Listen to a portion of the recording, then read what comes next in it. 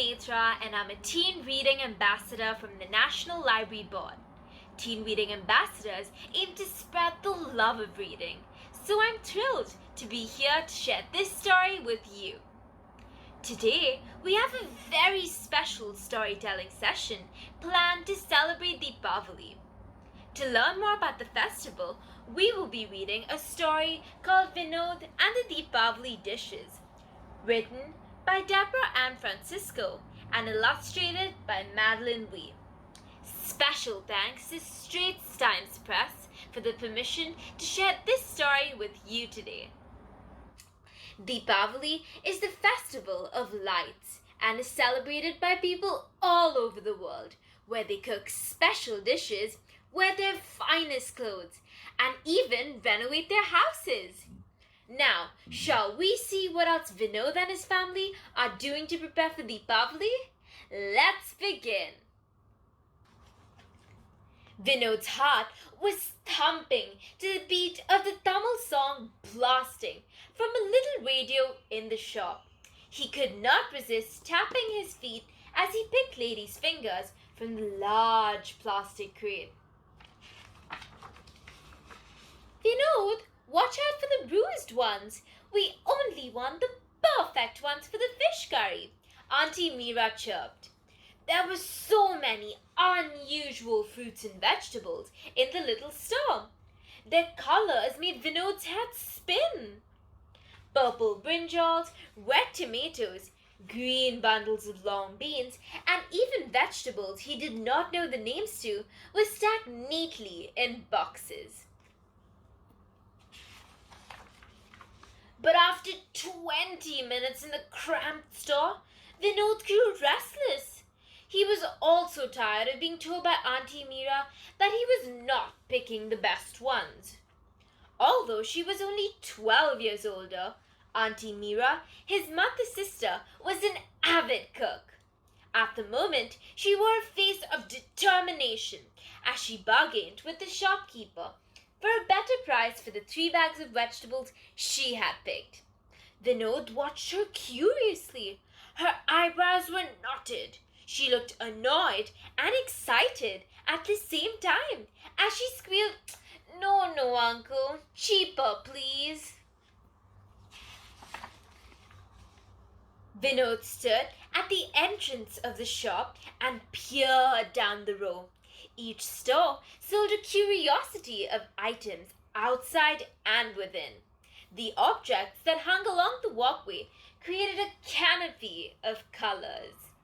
He could see bundles of fruit outside one store, flower garlands at another, and shirts with dizzy patterns at the next. "Come on, Vinod, stop your daydreaming and let's go." Auntie Meera grabbed his hand as she rushed past him. She stopped 2 stores away and picked up jasmine prayer garlands. Vinod trailed behind her. He could smell the spices and oils that lingered along the 5-foot way outside the shops. He loved the atmosphere of Little India just before Deepavali.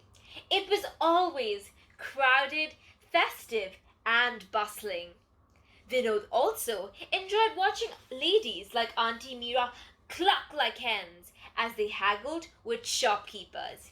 He watched as the beads of perspiration collected on their temples while they hunted for the best ingredients. Auntie Meera was on the move again. She stopped at her favorite shop, Geeta's Henna Creations, and made an appointment for the next day. Auntie Meera always had beautiful Mehendi patterns on her hands every Deepavali. Now, I have a question for you. Do you know what Mehendi is? Yes, that's right. It is traditional Indian body art, usually put on the hands and feet. However, let's go back to the story. Finally, it was time to go home. As Vinod stepped into the house, the aroma of a fried snack hit him. Muruku! This was his favorite Deepavali snack. He stopped at the entrance to the kitchen. Wait a minute. Tata was cooking? That was an unusual sight. His grandfather never stepped into the kitchen, except to steal bites of Pati's food or to wash the dishes. At the thought of Pati, Vinod realized that he missed her so very much. This was the first Deepavali without his grandmother. She had passed away a year ago, and it was going to be a quiet Deepavali without her. How long have you been standing there, boy? Tata's deep voice boomed as he strained the last of the Muruku that was frying in the pot of hot oil. Vinod walked closer to admire the stacks of the crispy snack that were cooling on two large trays. You can help me store these later, Vinod. I have to start on the coconut candy after this. Why are you staring at me with your mouth half open? Vinod was silent. He could not find the words to express what he wanted to say. Tata looked at him and smiled. Wow, look at this picture of the Muruku here. Doesn't it look quite delicious? My stomach's already growling in anticipation. You want to know why I'm cooking? Someone has to, right? He chuckled. Well, not really. What I am puzzled about is, what I really want to know is, when did you learn how to cook? Did Auntie Meera teach you? Vinod mumbled. Meera? No, not Meera. Not your mother. Not even Pati. I have been cooking since I was 12. Listen, Vinod, you probably do not know this, but when you were about 2 or 3 years old, I retired from my work at a restaurant. I was a chef at Kumar's South Indian Delights for 40 years. Vinod was dazed. Tata, a chef? This was something he had not known about Tata at all. He looked at the stacks of Muruku. They were the perfect shade of gold, clearly made by someone who had experience in the kitchen. Wait a minute, look at this complicated recipe to make Muruku. Does your grandfather cook at home too?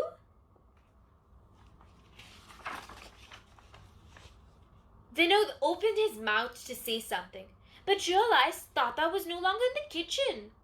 Vinod went in search of him and found him in his bedroom. Tata was sitting on the floor with an old photo album.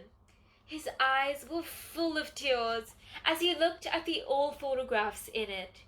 Vinod knew that he was thinking about Pati. Vinod sat down beside him and peered into the album. On a few pages were photographs of Pati and Tata on their wedding day. Tata's finger lingered over the image of Pati. On another page was a photograph of a very young Tata standing outside the restaurant. He looked handsome and happy. Here it is. This is proof that I was a chef once upon a time. Tata smiled as he pointed to the image. Auntie Meera strolled into the room. I'm here to grab this, she said as she reached over and pulled out a sheet of yellow paper peeping out between the pages of the album. It had Kumar's South Indian Delights chicken biryani recipe in Tata's handwriting. Time to prepare the ingredients for chicken biryani. I will be cooking it tomorrow, just before the guests arrive. Vinod, come help me. You're bossing me around again, Auntie Meera, Vinod grumbled. He could not hear her reply. It was lost in Tata's amused chuckle. Vinod was a busy kitchen helper that afternoon. He moved from Tata to Auntie Meera and back again, cutting, peeling, chopping and dicing. He transferred spices that they had bought from Little India into half-empty containers that needed to be restocked. There were cardamom, cinnamon sticks, anise, cloves, and garam masala. Now, do you recognize these spices? Does your family use these spices when they cook?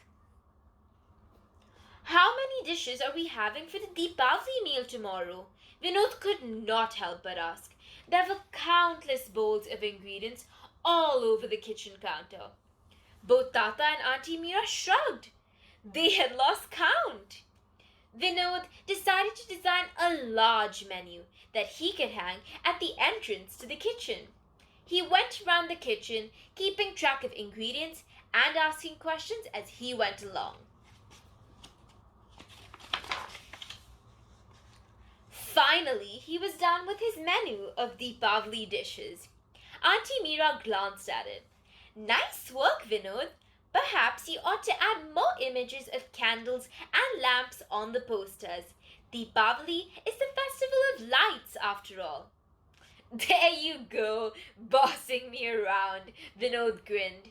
He picked up a yellow marker and began drawing a bright flame.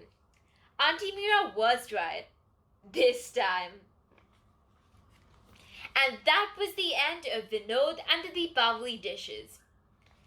Like Vinod's family, my family also celebrates Deepavali by making tasty Indian delicacies and lighting lamps all around our home.